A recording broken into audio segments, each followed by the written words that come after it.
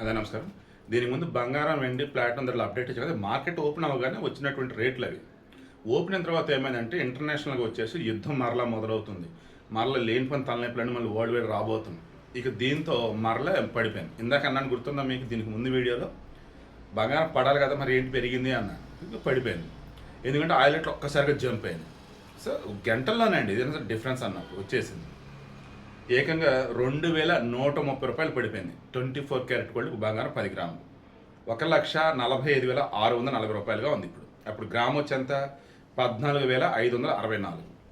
Then 22 carat gold 1,950 రూపాయలు పడిపోయింది. 1,33,500 ఉంది. 22 క్యారెట్ గోల్డ్ 10 గ్రాములు. అప్పుడు గ్రామ్ ఎంత? 13,350. 18 క్యారెట్ గోల్డ్ 1,600 రూపాయలు పడిపోయింది. దెన్ 1,09,230 ఉంది. 10 గ్రాములు. గ్రామ్ ఎంత? 10,923. కమింగ్ టు వెండి 2,60,000 రూపాయల దగ్గర ఉంది. కమింగ్ టు ప్లాటినం ఇది కొంచెం పెరిగింది. కొంచెం అంటే జస్ట్ 40 రూపాయలు పెరిగింది. 10 గ్రాములు 51,060 రూపాయలు.